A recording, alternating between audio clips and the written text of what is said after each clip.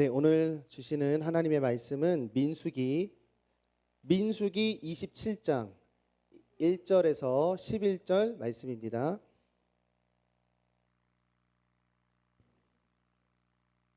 민수기 27장 1절에서 11절 말씀입니다.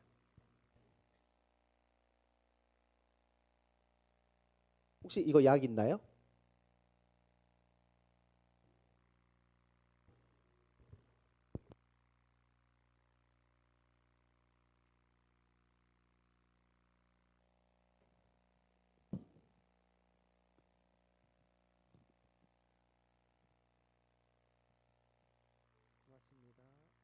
네, 민수기 27장 1절에서 11절 말씀을 교독하겠습니다. 요셉의 아들 므낫세 종족들에게 므낫세의 현손 마길의 증손 길르앗의 손자 헤벨의 아들 슬로보앗의 딸들이 찾아왔으니 그의 딸들의 이름은 말라와 노아와 호글라와 밀가와 디르사라.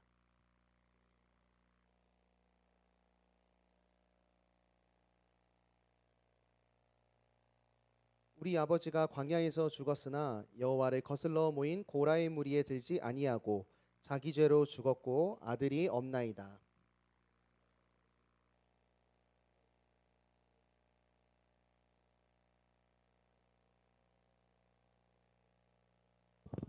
모세가 그 사연을 여호와께 아뢰니라.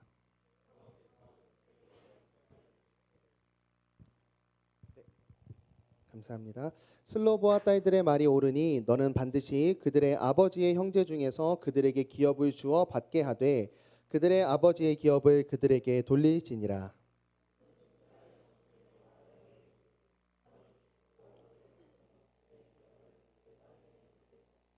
딸도 없으면 그의 기업을 그의 형제에게 줄 것이요.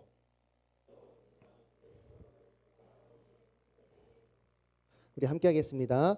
그의 아버지의 형제도 없으면 그의 기업을 가장 가까운 친족에게 주어 받게 할지니라 하고 나 여호와가 너 모세에게 명령한 대로 이스라엘 자손에게 판결의 규례가 되게 할지니라. 아멘. 자, 우리 성경 읽기 신나게 잘하고 있고요. 우리 저번 주에 민수기에 대해서 살폈고 저번 주에는 이런 이야기를 나눴어요. 모세를 찾아온 한 무리들의 이야기에 대해서 나눴습니다. 고라라고 하는 사람으로 대표되는 반역의 무리들이 모세를 찾아왔던 일을 살폈어요. 그들은 이렇게 얘기했습니다. 야, 니도 하나님 알고 나도 하나님 알고 하나님이 너도 사랑하고 나도 사랑하는데 네가 뭔데 우리 위에서 리더 역할을 하고 있느냐. 반역을 했는데 메시지는 그거였습니다. 우리 교회에 또 그 하나님의 이 공동체에서 우리가 맡은 역할과 책임은 하나님께서 택하여 보내신 거기 때문에 우리는 순종하며 나아갈 수 있어야 된다라고 하는 이야기를 나눴습니다.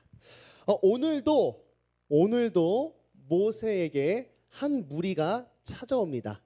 특별히 모세와 또 지도자 온 회중 앞에 여인들의 무리가 함께 찾아오게 돼요. 자, 저번 주도 찾아와서 이슈가 있었는데 오늘도 찾아와서 이슈가 있습니다. 그런데 좀 차이가 있어요. 이들은 그들과 다르게 여인들이었고 두 번째 결과로 고라의 무리들은 그들의 요청이나 반역이 틀린 것으로 증명되면서 받아들여지지 않았지만 오늘 이 여인들의 찾아옴은 받아들여집니다. 그것도 하나님에 의해서 말이죠. 과연 이 여인들은 어떤 것을 요청했길래 하나님께서 이것을 허락하셨으며 또 여인의 이 요청하는 이 장면을 성경 말씀에 실어서 하나님은 우리로 하여금 어떤 메시지를 주시고자 하는지 한번 알아보도록 하겠습니다. 자, 민수기인데요. 민수기의 제목은 광야에서라는 뜻이라고 했어요. 광야에서 크게 두 가지를 한다고 했습니다. 이제 가나안 땅 들어가서 살면서 하나님의 나라를 누려야 되는데 여기에 이것을 완성하기 위한 첫 번째 작업은 우리 각 개개인이 훈련이 돼야 돼요. 어떤 훈련이냐면 하나님의 말씀으로만 사는 훈련이 돼야 돼요. 그래야지 땅을 줘서 거기서 말씀으로 살아야 하나님의 나라를 누릴 수 있거든요. 그래서 광야에서 첫 번째 준비는 영적 준비, 말씀으로 사는 훈련을 합니다. 두 번째는 실제적인 준비를 해요. 그래서 저번 주에 진군하는 진영을 갖췄다고 했고, 오늘은 어떤 이슈 다음에 온 사건이냐면 이런 이야기입니다. 자, 이제 가나안 땅 들어갔어요. 뭐 하나님이 땅 주겠죠? 그 다음에 우리가 12집 하나 되는데 이 땅을 어떻게 나눠서 우리가 소유해야 될까? 하나님의 나라의 유업을. 그래서 하나님께서 방법을 알려줬습니다. 자, 방법은 이건데, 자, 이제 가서 땅을 너네 나눌 건데 명수대로 땅을 나눠줘서 기업을 삼게 해라. 수가 많은 지파 또 가문에게는 많이 주고 적은 자에게는 적게 주고 그들이 계수된 수대로 각기 기업을 줘라. 그리고 인원수대로 주라고 했어요. 그다음 두 번째, 제비를 뽑아 나눠서 얻게 해라. 다소를 막론하고 제비 뽑아 나눌지니라. 땅 나누는 지혜를 하나님이 정해서 줬어요. 첫 번째로 굉장히 공평합니다. 그죠? 잘난 지파, 힘 있는 지파, 장자 지파, 막내 지파 다 상관없고 명수대로 줘라. 먹고 살아야 되니까. 공평한 질서를 주셨습니다. 두 번째는 굉장히 청렴한 질서입니다. 제비를 뽑아요. 인간의 의도가 들어갈 수가 없어요. 아주 완벽한 땅 나누기 하나님 편에서 규칙을 주셨는데, 자, 이 본문 이후에 바로 오늘 본문이 나와요. 27장이. 여인들이 이것을 듣고 나아갑니다. 나아가서 무려 하나님이 세운 이 제도에 대해서 한 가지 요청을 하게 되는데요. 어떤 요청인지 한번 알아보도록 하겠습니다. 자, 여인이 이런 컴플레인을 걸었습니다. 모세야, 또 온 회중 앞에 딱 서서 얘기한 거예요. 우리 아빠가 광야에서 죽었는데 우리 아빠는 그 고라놈들과 같이 반역한 분도 아니고 자기 죄로 죽었고 아들이 없다. 그냥 인간이 죄인이었기 때문에 죽었다는 그거예요. 죄가 없다는 거예요. 자발적으로 한 죄가. 죽을 때 돼서 죽었고 아들이 없어요. 이슈는 이겁니다. 어찌하여 아들이 없다고 아빠의 이름이 종족 중에서 삭제돼야 합니까? 우리 아버지의 형제 중에서 우리에게 기업을 주소서. 딸들이 나와서 이렇게 이야기를 했어요. 자, 우리는 이제 한번 메시지 알아볼 텐데요. 여러분, 고라가 모세가 나아갔던 때랑 지금이 나아가는 때랑 형편이 좀 다릅니다. 고라가 모세와 아론에게 찾아왔을 때에는 그것은 수많은 지도자의 무리를 이끌고 수적인 우위를 범해서 다소 폭력적인 접근을 하며 모세에게 다가왔어요. 그들의 니즈를 위해서죠. 여러분, 지금은 상황이 완전히 다릅니다. 일단 여인들에 대한 이해가 두 가지 정도 필요한데, 여러분, 당시 사회 문화에는 굉장히 강한 가부장적 구조를 갖고 있었어요. 그래서 이 가정에서 여인의 이름 족보에 넣지 않는 경우도 너무 흔했고, 인구조사할 때 여성과 아이는 아예 계수도 하지 않았어요. 그래서 출애굽기 나올 때 장정만 60만이라고 할 때 그 장정에 여인은 없습니다. 아가도 없어요. 그런 사회였어요.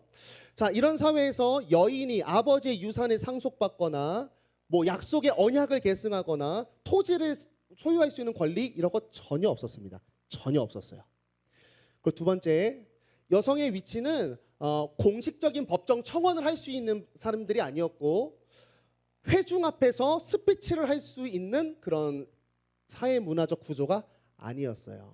자, 그러면 고라 때에는 지들이 강한 기득권을 가지고 반역의 물결로 왔다면 이 여인들은 지금 굉장한 용기를 내고 있는 겁니다.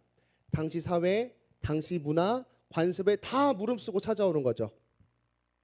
대중의 비판과 무관심에 대한 두려움을 짊어지고, 또 내가 요청을 해도 여인의 요청이기 때문에 공식적으로 받아들여지지 않을 수도 있다는 불안함을 가지고 지금 엄청난 용기를 갖고 모험을 건 한 발자국을 내딛었습니다.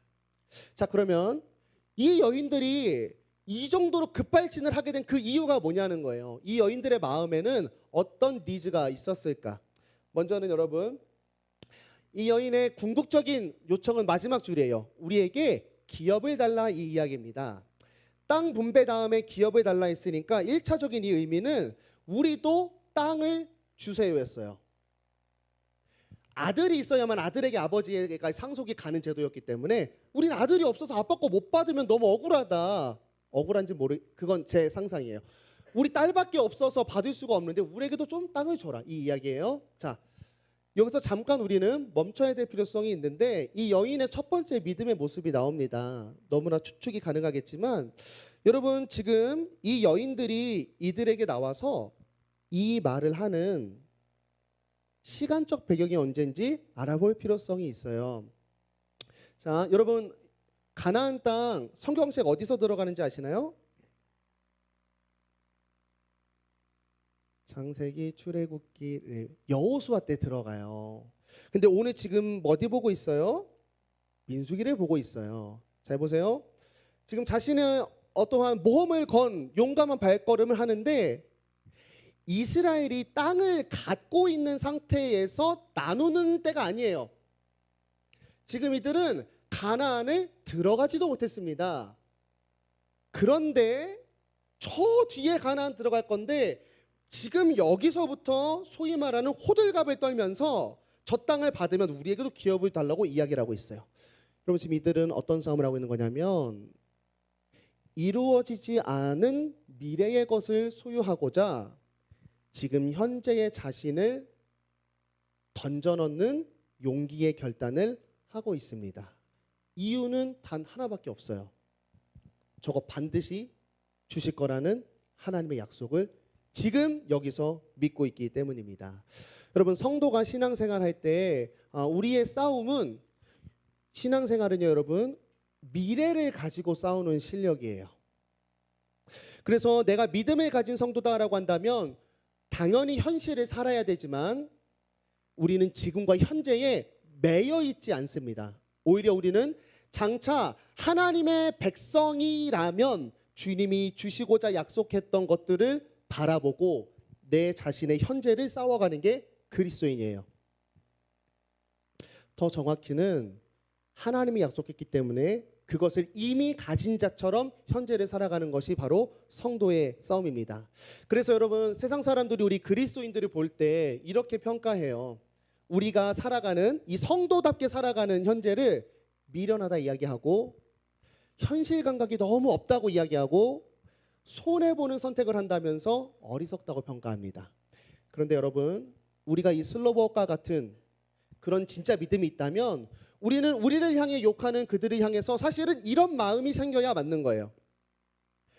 오히려 미래가 없는 것처럼 현재를 살아가는 세상이 너무 안타깝기 시작합니다. 그리고 그들이 긍휼히 여겨지기 시작해요. 빨리 하나님을 알아야 되는데 미래를 확신한다면 말이죠. 여러분 우리의 삶을 한번 말씀으로 빗대어 돌아보기를 원해요. 여러분 정말 치열하게 사시죠. 네, 정말 여러분 치열하게 사시는 것 같아요. 취업도 하고 지금 어떤 한 친구는 너무 가슴 아프게 주일날 예배도 매주 올 수 없는 상황에 처하기도 하고 여러분 또 직장에서도 너무 힘드시고 너무 어렵고 치열한 싸움을 살아갑니다. 또 용기 있는 모험을 하면서 살아가실 텐데 여러분 한번 진단해 보십시다. 내가 청년으로서 2026년을 이렇게 치열하게 살아가고 있는데 무엇을 위해 치열한가? 지금 내가 처한 이 현실, 눈앞에 있는 것을 위해 치열한지 아직은 도래하지 않은 보이지 않은 것 하나님께서 약속하신 말씀들이 임할 것을 성취하기 위해서 백성으로 살아가는 치열한 싸움을 하고 있는지 오늘 말씀을 통해 한번 돌아볼 수 있기를 바라요. 그리고 두 번째 방향입니다. 만약에 내가 성도답게 잘 싸우고 있다면 성도답게 치열하게 우리가 신앙생활하고 있다면 이것도 한번 체크해 보세요. 말씀이 이루어질 것을 믿고 치열하게 사는 내 인생을 여러분은 어떻게 평가하세요? 이런 이야기입니다. 혹시 내가 예수님 때문에 미련하게 산다. 내가 예수님 때문에 참는다. 그러면서 은연히 세상을 부러워하고 세상처럼 한번 살아보고 싶다라고 한다면 여러분 그 마음은 제가 충분히 이해할 수 있지만 사실은 확고한 믿음이 없는 겁니다. 미래에 대한. 잘 보세요. 저기에 비상 샤타가 있다고 쳐보세요. 언젠가 저 샤타가 내려가기 전까지 우리는 저 문을 통과해야만 하는 상황이라고 한번 생각해 보세요. 그런데 저에게 성경책이 주어졌습니다. 성경책에 이런 내용이 써 있어요. 야 저거 오후 3시에 샷다 내려간다. 그 전에 통과하거라. 우리 그리스도인들은 저 문이 내려갈 하나님의 약속의 말씀을 믿고 쉬지 않고 걸어갑니다. 하지만 세상 사람들은 저 미래를 보고 야, 저게 다치겠어? 안 다쳐. 하고 시험시험 현재를 걸어가고 있어요. 자, 그러면 물어봅니다.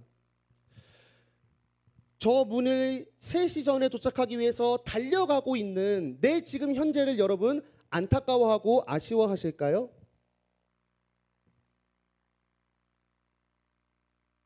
우리는 하나님의 말씀을 진짜 믿고 있는가?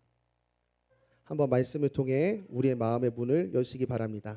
자, 그러면 일단 땅 달라는 이야기인데 이렇게 표면적인 이야기는 아니고 이 친구들이 사실 기업을 요청하면서 진짜 원한 건 따로 있었어요. 이들의 진위는 무엇인가? 우리는 미래에 성취될 것을 생각하며 현재를 싸우는 게 성도의 삶이라고 배웠는데 그럼 현재를 어떻게 싸워야 되는가? 무엇을 위해 싸워야 되는가? 자, 3절 4절 보시면 요청한 내용인데 사실 포인트는 기업보다 다른 단어가 훨씬 더 많이 반복되고 있어요. 아버지입니다. 우리 아빠가 광야에서 죽었는데 반역한 사람도 아니에요. 어찌 아들이 없다고 아빠의 이름이 우리 종족에서 삭제돼야 되겠어요? 우리 아빠의 형제 중에서 우리에게 기업을 주소서 하매. 여러분, 지금 이 친구들은 자신의 소유를 위해서 탐심의 용기를 낸 것이 아닙니다. 본문에서 강조하는 건 아버지예요. 그리고 아버지의 이름이 삭제되는 것에 대한 이슈를 지금 걸고 넘어지고 있어요. 여러분 한번 생각해 볼게요. 아버지도 기업을 누군가에게 물려받았겠죠. 이것은 언약 백성으로서 하나님이 그 백성에게 주는 정당한 분깃입니다. 그런데 그 다음에 딸밖에 없어서 이 분깃이 밑으로 전달되지 못한다면 아버지의 몫은 어디로 갈까요? 분해돼서 어디 저리로 가겠죠? 그리고 여기서 한번 끊어진 채로 이스라엘의 역사가 계속 흘러간다고 쳐봅시다. 그때에 만약에 아버지가 이만한 기업을 받고 있었고 이것이 가문으로 계속 흘려 내려왔으면 1000년이 지나도 우리는 이 기업을 갖고 있을 것이고 이 기업을 소유했던 사람들의 이름을 기억하며 우리 아버지가 하나님 나라의 백성에 속해 있었다라고 하는 확신과 또 하나님의 백성 안에 속하는 은혜를 누리게 되는 거죠. 쉽게 얘기하면 여러분 제가 강씨인데 저는 서산에서 태어났어요. 저희 강씨 집안에는 선산이라는 게 있었습니다. 같은 집안 이렇게 어디 산 하나 사가지고 이렇게 묻어두는 데예요. 그래서 처음에 야 우리 가문에 선산이 있다 그래서 제가 딱 그걸 보고 너무 감동을 했어요. 내 거가 되겠구나. 제가 첫째고 우리 할아버지가 외동이었고 우리 아빠도 외동입니다. 저 산은 내 산이다. 마음의 기쁨도 있었지만 사실은 제가 그 산을 볼 때 이걸 깨달았어요. 내가 서산 땅의 사람이구나. 내가 서산 사람이었고 나는 이곳에 살았던 것이 확실한 또 출생이 확실한 사람이었다라고 생각했는데 아쉽게도 선산이 팔렸습니다. 원래 우리 아빠가 가져야 되는데 여기 막 당숙들이 선산 갖고 싶어서 시비를 걸었어요. 아빠가 싸우고 있려고 했는데 아빠가 늦게 목사님이 되셨거든요. 목사로서 이건 아닌 것 같다. 차라리 끊어내자. 그래서 선산에 넘겨드렸고 저는 가난합니다. 네. 그래서 지금 선산이 없어진 지금 제가 만약에 서산에 간다면 어느 곳을 둘러봐서도 나는 내가 여기 살았다는 것을 알 수가 없는 거죠. 여러분 지금 이들은 어떤 싸움을 하는 거냐면 하나님의 나라의 백성으로 속하기 위한 싸움을 하는 거예요. 하나님 나라의 자리를 정당하게 백성으로서 받기 위한 싸움을 하고 있는 겁니다. 여러분 우리는 미래를 주실 것을 믿고 현재를 싸우는 사람들인데 현재에 무엇을 위해 싸워야 되냐면 미래의 말씀은 누구한테 이루어지냐면 하나님의 백성에게 이루어지거든요. 그의 백성에게 말씀이 성취돼요. 우리는 현재에 내가 하나님의 백성이다라고 명명백백히 드러나기 위해서 혹은 백성으로서 저 약속을 누릴 수 있기에 내가 한치도 백성으로서 어긋나가지 않기 위해서 우리는 현재 이미 백성답게 사는 싸움을 해야 합니다. 여러분 치열한 인생을 한번 돌아보세요. 여러분 우리는 이 어렵고 너무 살기가 힘들잖아요. 요즘 이 세상에서 생존하기 위해 싸우고 있는가? 아니면 이 힘든 세상 속에서 성도로 한순간 한순간을 서기 위해서 싸우고 있는가? 오늘 말씀이 저희에게 물어가고 있습니다. 다음 장면입니다. 이제 이 요청에 대해서 하나님이 반응하세요. 하나님이 이렇게 반응하셨습니다. 모세가 하나님한테 일렀거든요. 그랬더니 반응해요. 슬로브와 딸들의 말이 옳다. 너는 반드시 그들의 아버지 형제 중에 기업을 줘 받게 하되 그들의 아버지의 기업을 그 여인들에게 돌려주어라. 하나님께서 여인들의 말이 옳다라고 판결해 주셨어요. 자, 여기서 이런 생각할 수 있어요. 하나님 말 바꾸시네. 이전에는 기업하는 거 다 정해놓고 어떤 여인들이 단체로 와서 뭐라고 하니까 하나님 변하시는 분인가요? 라고 생각할 수 있어요. 근데 그렇지 않습니다. 그 땅 나누는 거 분배 알려줄 때 하나님은 남자를 통해서 계승하라고는 명시한 적은 없어요. 다만 하나님의 말씀이 남성 중심적인 사회에서 그 말씀이 도달했기 때문에 우리가 그 사회 문화 속에서 하나님의 말씀을 소화하면서 당연히 남성 중심적으로 기업을 내려가고 있었던 거죠. 그래서 하나님은 지금 뭘 하시는 거냐면 그런 식으로 나의 말씀이 오해될까 봐 나의 백성들은 남성만 나의 백성이라고 오해될까 봐 하나님은 지금 추가적으로 말씀하셔서 주의 말씀을 명확하게 하시는 것이 오늘 하나님의 판결이에요. 여러분, 하나님의 마음은 뭐냐면 남자니 여자니 아무 상관없습니다. 르우벤 첫째 지파니 므낫세 마지막 지파니 아무 상관없습니다. 아까 기업 나누는 기준 뭐였어요? 인구수입니다. 하나님의 이 말씀을 주면서 원하셨던 한 가지 마음은 이거예요.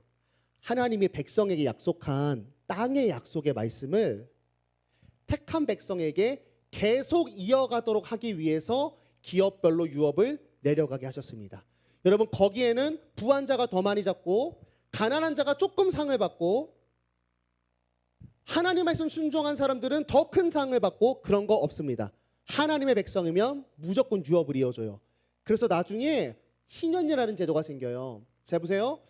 사람들이 사회생활을 합니다. 똑같은 기업을 갖고 살아가요. 12집 가봐. 근데 이 속에서 그 유업을 경영하다가 땅을 팔기도 하고 사기도 하고 이러면 어느 순간 경영을 잘못한 집안은 하나님의 유업을 다 잃어버릴 수도 있겠죠. 그래서 하나님께서 희년을 선포합니다. 원래대로 다 돌아가게 만들어요. 하나님의 의지입니다.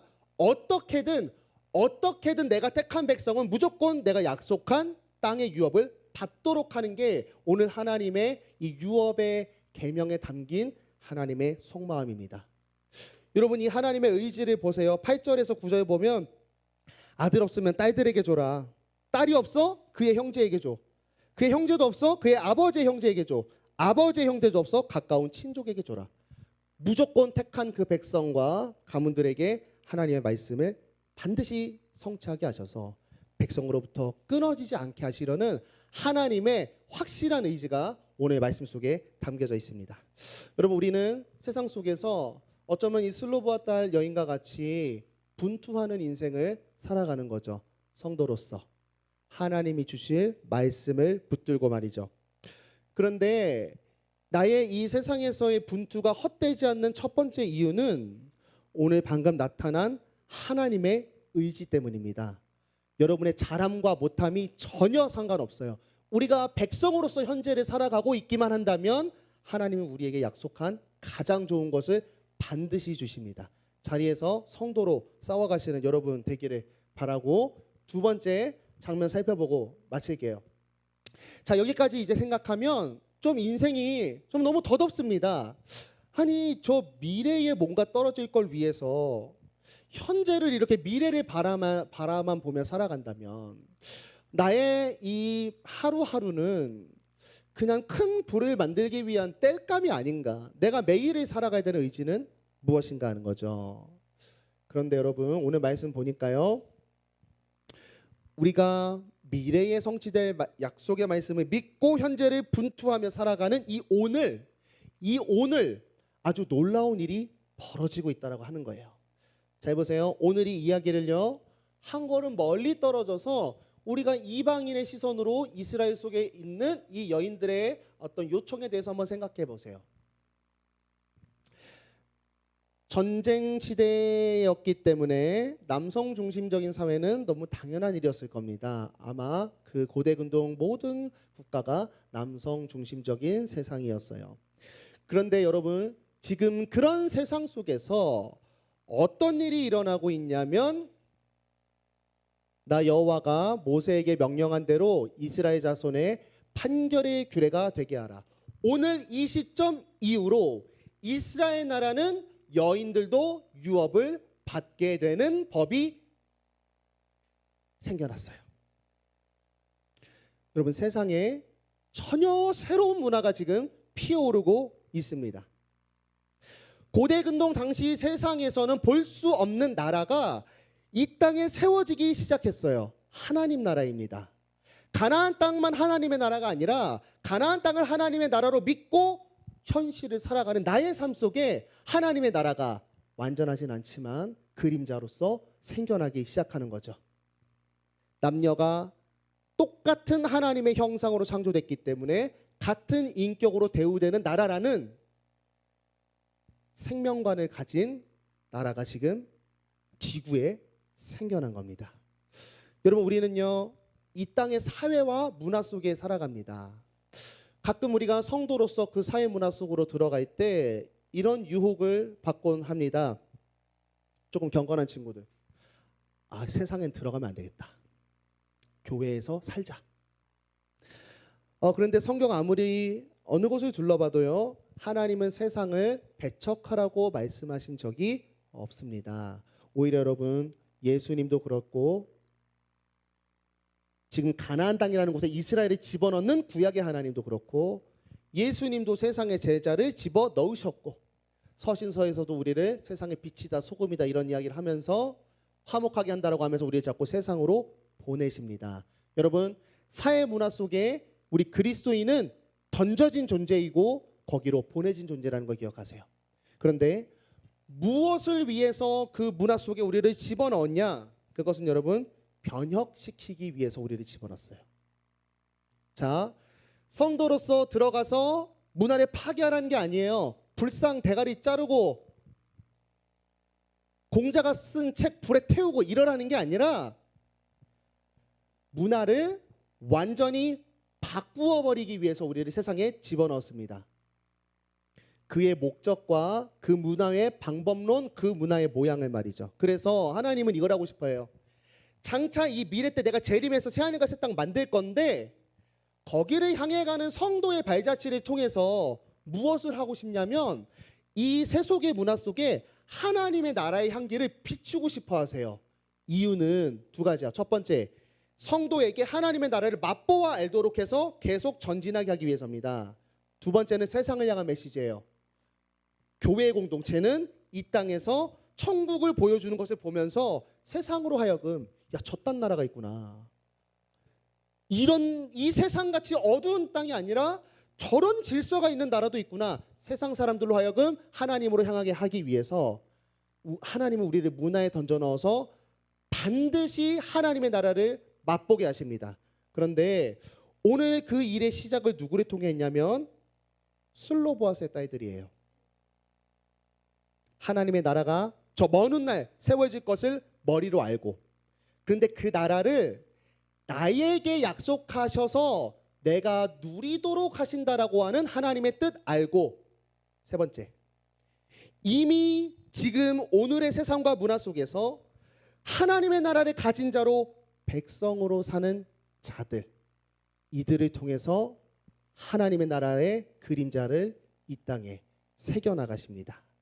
여러분, 어쩌면 우리 그리스도인의 인생들이 그리스도인으로 현재를 싸우는 우리의 모습이 세상이 보기에 미련하고 너무 외골수처럼 살아간다. 뭐 저렇게까지 살아가냐. 하지만 의미 있는 이유가 있습니다. 아까 첫 번째 나눈 것은 하나님이 자기 이름을 걸고 반드시 지킬 거기 때문이고, 두 번째는 지금 본문이에요. 장차올 나라의 아름다움을 백성이 현재 살아가는 삶 속에 하나님이 반드시 성취해 주신다고 하는 거예요. 하나님의 나라를 경험하는 기적의 일은 내가 백성으로 살 때 반드시 일어납니다. 제가 약을 파는 게 아닙니다. 말씀이 보여주고 있어요. 여러분 우리가 들어가는 세상의 문화를 한번 보십시오. 외모 지상주의와 물질 만능주의와 능력이 있으면 다른 가치는 다 소비되는 가치가 되어버리고 한탕주의, 실용주의, 다원주의 이런 여러 가지 세상의 조류 속에 우리는 들어갑니다.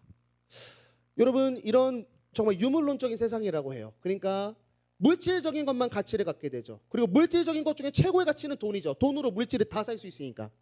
이런 세상 속에서 도덕성, 인내, 헌신, 충성, 명예로움 이런 것은 다 빛을 잃어가고 있습니다. 사랑하는 여러분, 여러분 각 개인이 저도 그렇고 우리가 세상에 던져진 곳은 어디인가? 그 속에서 세상의 풍파를 맞고 살고 계실 거예요. 거기에서 하나님의 나라를 약속으로 받은 나를 걷다 집어넣으면서 하나님은 무엇을 원하실까? 여러분 진지하게 고민해 보는 시간을 갖기를 간절히 소망합니다. 여러분 이 여인들 5명이서 거기 나가기까지 쉬운 일 아니었을 거예요. 우리 간다고 되겠냐? 우리가 가는 게 맞아? 가다가 몰매 맞으면 어떡하지? 말해봤자 사실 우리는 기업도 못 받는데 하나님이 말씀하신 건데 그게 이루어지겠어? 수많은 고민을 했을 거예요. 그러나 하나님은 세상 속에서 우리가 세상에서 휘둘리며 손해보길 원하지 않으십니다. 또한 우리가 세상과 너무 똑같이 순응하면서 자연스러워지기도 원하지 않으세요. 오늘 슬로반 여인을 기억하십시오. 하나님은 우리를 세상에서 도망치는 자로 집어넣지 않았습니다. 하나님은 우리를요 세상에서 말씀을 흐르게 하는 자로 집어넣었어요. 이것을 꼭 기억하세요. 이 말 옛날에 많이 했죠 제가. 근데 잊어버려요. 잊어버리고 세상을 살면 닳고 세상에 공격당하면서 막 진짜 널브렁 되면은 점점 더 지금 제가 드렸던 말씀을 흐르게 하면서 사는 거다. 잊혀집니다. 안 믿겨집니다. 그래서 오늘 26년 4월 19일 일요일 인생의 1분기가 끝나고 2분기가 시작되는 여러분의 인생 가운데 오늘 말씀을 주시는 것 같아요. 내가 아는 말씀이어서 또 들으면 의미가 없는 게 아니에요. 선포되는 말씀은 오늘 이 시간에 여러분을 향해 필요한 말씀입니다. 오늘 도전하세요. 이 본문 제가 안 정했습니다. 우리 성경 읽기 하고 있고 금요일 거 하고 있는 거예요. 의도가 없어요. 성령이 주시는 말씀이에요. 여러분 지금 직장 생활하고 정말 힘든 친구들 너무 많이 소식을 듣고 있는데요. 나는 말로 위로할 수 있지만 여러분에게 도움이 안 될 겁니다. 하나님이 오늘 주시는 말씀을 가지고 함께 고민하면서 우리가 2분기를 시작했으면 좋겠어요. 하나님은 도망치는 거 원치 않고 말씀을 흐르게 하는 자로 넣으셨어요. 물론 이런 건 아니에요. 거기서 막 의분으로 막 싸워가지고 내가 물리적으로 정신적으로 막 피해받고 얻어맞으면서 하나님의 말씀을 해라. 아닙니다. 범죄, 나를 위협할 만한 범죄와 맞서 싸워서 죽어라. 아닙니다. 반정부적인 움직임에 취해라. 아닙니다. 여러분 이거는 하나님이 정부와 법 질서를 통해서 세상을 유지하세요. 여러분이 법조인이면 그거 해야 돼요. 근데 그거 아니잖아요. 내 자리에서 내가 할 수 있는 하나님 나라 싸움을 하시기 바래요. 하시기 바래요. 그런데 이런 믿음으로 하면 반드시 하나님의 나라가 시작돼요. 불의한 상황에 대한 나의 의분이나 나의 욕심이나 나의 억울함이나 내 자존심 때문에 말씀이라는 것을 명분을 삼아서 거기에서 내가 하고 싶은 욕구를 이루라는 게 아니라 하나님이 나를 여기 보내신 하나님의 뜻을 알아서 하나님이 이 말씀을 성취하실 것을 믿는 믿음으로 정말 순전하게 하시면 미래에 우리가 누릴 하나님의 나라가 내 삶에 구현되기 시작합니다. 이 일을 할 때 반드시 필요한 게 있습니다. 요거 하나예요. 여인들이 와서 어필했을 때에 모세가 바로 이 간결한 한 문장이 나오고 그 뒤에 하나님의 응답이 있어요. 모세가 그 사연을 여호와께 아뢰입니다. 여러분 울분이 가득 찬 세상 속에서 이게 대전제예요. 그 상황을 가지고 하나님한테 좀 갔으면 좋겠어요. 내가 알고 있는 과거가에서 쌓아온 성경 지식을 갖고 상황이 올 때마다 분별해서 하는 것 너무나 좋은 일인데요. 반드시 그런데 그럼에도 불구하고 하나님한테 문제를 가져가셔서 하나님이 그때 주시는 말씀으로 우리 상황을 분별해야 됩니다. 여러분, 그러면 오늘 8절에서 10절 아까 읽었죠? 11절. 반드시 우리에게 뭘 주시냐면 지혜를 주세요. 지금은 여인이 아니라 모세의 관점이에요. 모세가 나의 이슈를 가지고 하나님한테 갔을 때 하나님이 지혜를 주셨습니다. 여러분, 우리가 삶에서 하나님의 나라를 성취하기 위해서 너무 고민하는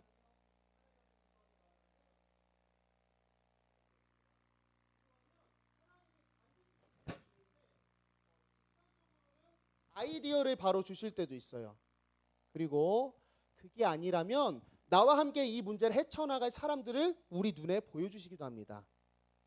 또 이 상황을 이렇게만 해야 될 줄 알았는데 다른 물꼬로 방향을 틀어주시거나 도움의 손길을 저에게 붙여주시기도 하고, 그리고 내가 하나님께 기도하면서 말씀대로 걸어가고 있는데 이게 하나님의 뜻이 맞을까 아닐까?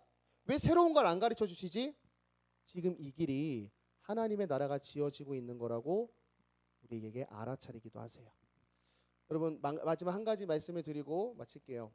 하나님께서 그의 약속을 우리에게 펼쳐주실 때에 한 가지 방법이 있어요. 성경에 보여주신 그런 원리를 가지고 하나님은 주의 말씀을 이루셔요. 점진적 계시라는 단어가 있는데 뭐냐면 하나님은요 우리에게 약속하신 것을 한 번 해주는 게 아니라 점진적으로 열어주세요. 제가 예를 들어줄게요. 아담과 하와가 타락한 다음에 하나님이 이런 계시를 알려줬어요. 여자의 후손을 통해서 뱀의 머리를 밟고 이런 이야기가 있어요. 뭔 소리인지 몰랐어요. 시간이 흘러 구약에 가니까 선지자를 보내줍니다. 그리고 이런 얘기를 합니다. 다윗의 자손을 통해 한 왕을 보낼 것이고 그를 통해서 너희의 압제된 모든 것을 풀어줄 것이다. 점점 구체화됐어요. 그리고 신약에 이르렀습니다. 예수 그리스도께서 오셔서 내가 메시아다, 하나님의 아들이며 내가 곧 하나님이다 말씀하시면서 그분이 완전히 그때부터 했던 말씀을 딱 명확하게 알려줬어요. 예수 그리스도를 믿는 믿음으로 죄로부터 자유함과 하나님의 나라를 누릴 수 있다라고 하는 거죠. 하나님은 점진적으로 말씀을 여세요. 자, 이 얘기 왜 했냐? 오늘 말씀도 마찬가지죠. 유업을 분배한다는 러프한 질서를 주고 그 속에 슬로버스를 통해서 보강하시면서 하나님의 이 뜻을 명확하게 알려줬어요. 나는 백성한테 무조건 남녀노소 지위막론 크고 작음 하나님의 말씀을 이루신다. 이게 성경의 일관된 법칙이라면 구약의 하나님과 신약의 하나님이 지금 우리의 하나님이라면 여러분 우리 삶에도 마찬가지입니다. 우리에게 던져진 상황 속에 우리는 시작합니다. 하나님의 나라를 내 삶을 통해 이루신데 러프한 말씀을 가져가요.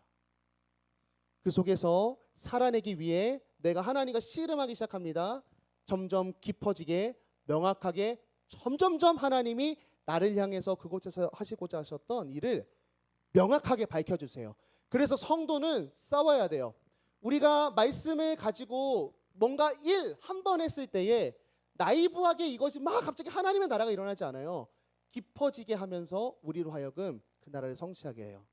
이유만 알려줄게요. 왜냐하면 잘 보세요. 처음부터 명확한 하나님의 것을 던져주면 여러분 우리는 이해를 못합니다. 제가 예를 들어줄게요. 어떤 새신자가 왔어요. 제가 얘기합니다. 매일 주일 예배 드려야 됩니다. 그 새신자는 이야기하겠죠. 왜요? 이해 못해요. 못해요. 어디부터 가야 되냐면 하나님은 우리를 선하게 창조했습니다.